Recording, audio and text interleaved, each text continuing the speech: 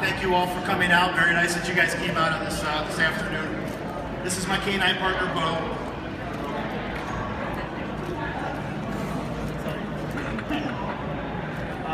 Bo is from the Czech Republic. He's from Europe. He's 5.5 years old.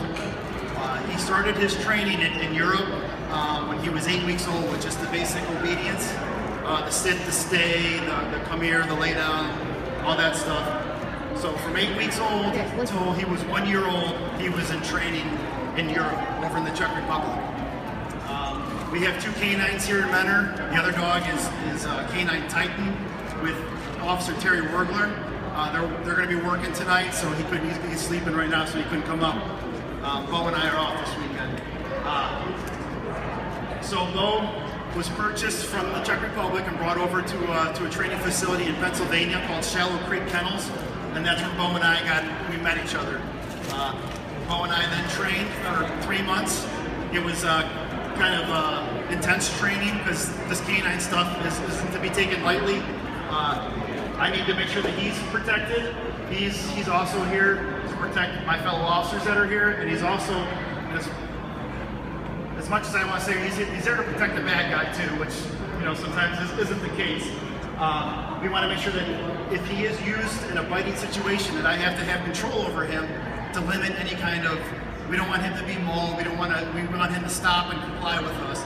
So that part with the obedience is making sure that he pays attention to me and listens to me. So right now I gave him the command to lay down, obviously, but I also told him the command to stay.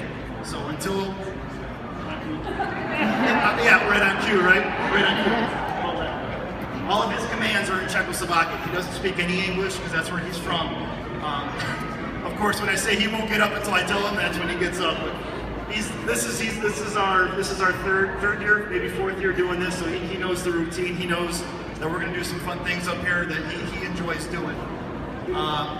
So after I got him, I trained for 3 months, and I brought him back here to Menor.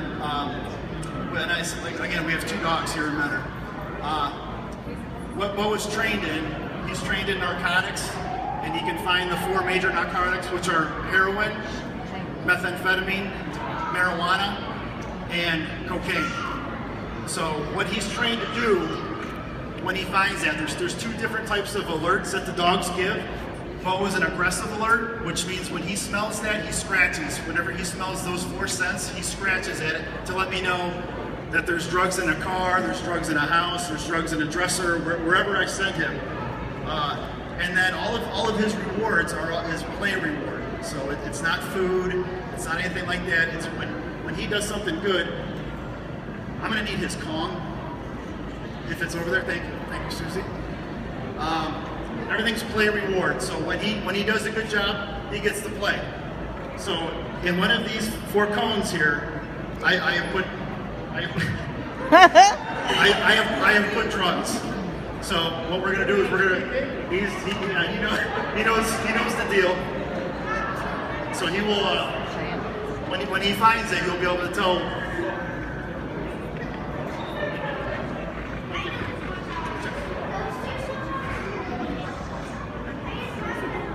He's gonna scratch it.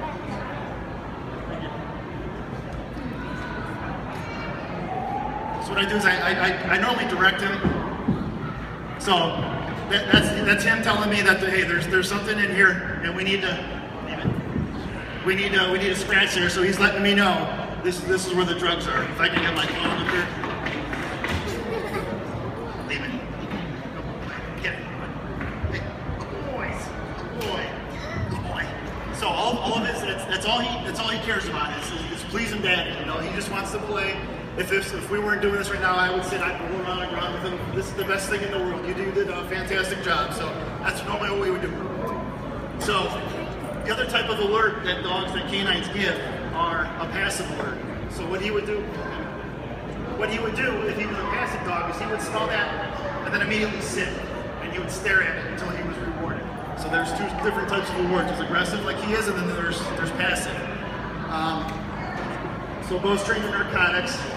He's nationally certified in narcotics and everything else he does. He's certified also through the state of Ohio. And we belong to 2 national organizations, the Canine Association that he's part of. So, and it's not easy. Believe me, it's not easy. The second thing he does, another thing that he helps me with is tracking. If somebody should take off to the woods, Bo's a tracking dog. So he would be able to find out, I would be able to say this is where the guy ran. He would be able to follow that guy wherever he ran. And then we give him the opportunity to give up as soon as we find him.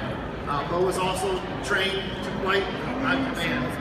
Again, all of his commands are in Czechoslovakian, so nobody's got to worry about accidentally saying the wrong word. He's also trained in building search, which is another difficult thing of canines. If somebody broke into the mall here, we would send him into the mall, although this is a huge building, it would take a long time. He can narrow down the scent. If he was at GameStop right here, he would be able to find that guy in GameStop, and he's trained, if the guy doesn't give up, he's trained to bite him and hang on to him until I tell him to release. So he's also trained in building search, and that's another difficult thing to find the human scent in this huge mall. You'd be able to do it. What we're going to do is we're going to get Officer Bell up here. He's going to help me out. We're going to do some bite work. The sleeve that he's going to put on is called a hard sleeve. It doesn't really hurt. There's a huge suit that everybody's seen, that has seen before. That hurts because it's like cloth, but it kind of limits it. This is flip around.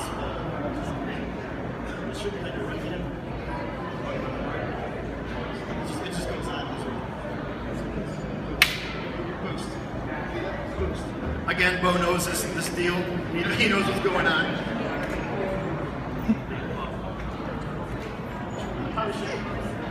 Officer Bell and I should have practiced this a little bit before we started.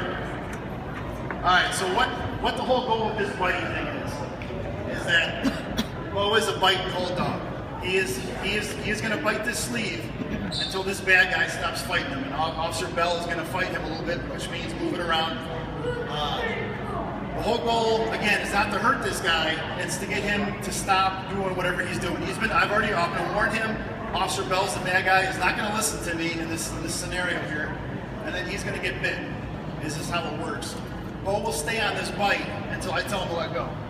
And that's just how it goes. I'm going to give you warnings, and then you're going to get bit, okay?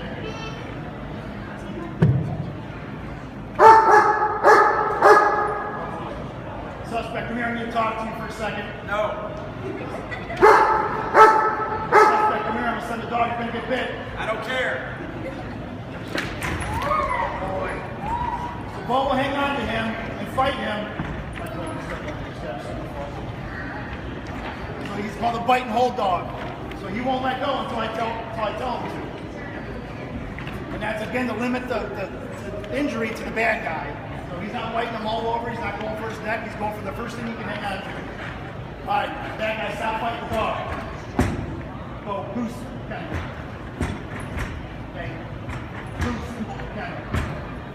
This is for the picture. Okay. Okay.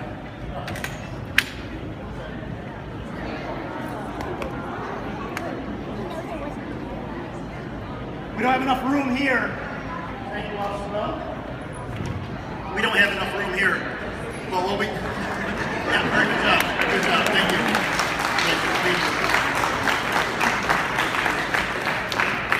We don't have enough room here, but another thing what we train on... Now he's going to look at Officer Bell and remember that moment that they just had right there. And so he could come up right now and he could pet him, and it's all commands. It's not a big deal. He just knows that he's the last person to have the sleeve, so he's actually looking for the sleeve, which is down there. So it's just funny to watch him, flip that switch. That's just how smart and intelligent these dogs are. He doesn't know. Is it down there?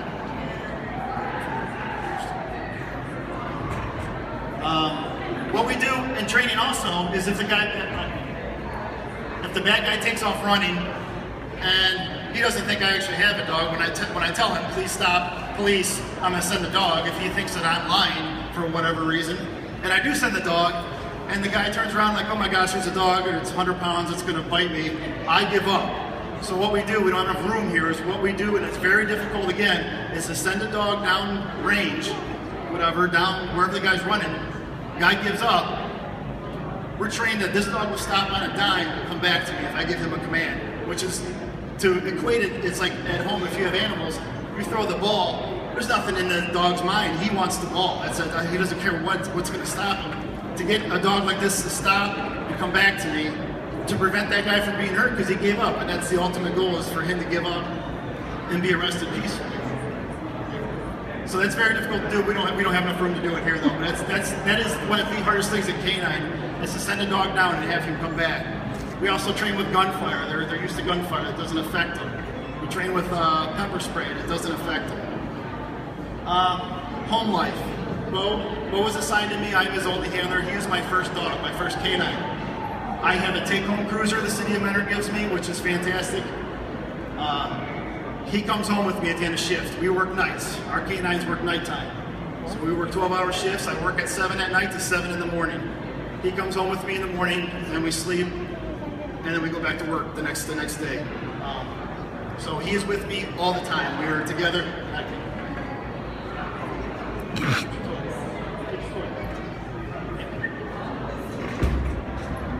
Yeah, he knows where the sleeve's at too.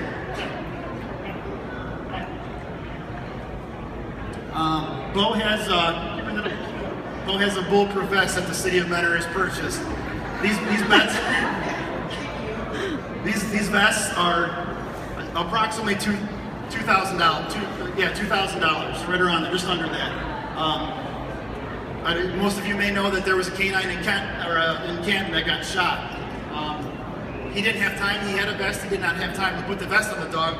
Didn't matter. The dog was shot in the head anyway and killed in the line of duty. So I will have this stuff out and about. You guys I'll have the hard sleeve. I'll have the bulletproof vest out that you guys can look at after I'm done. That's about it.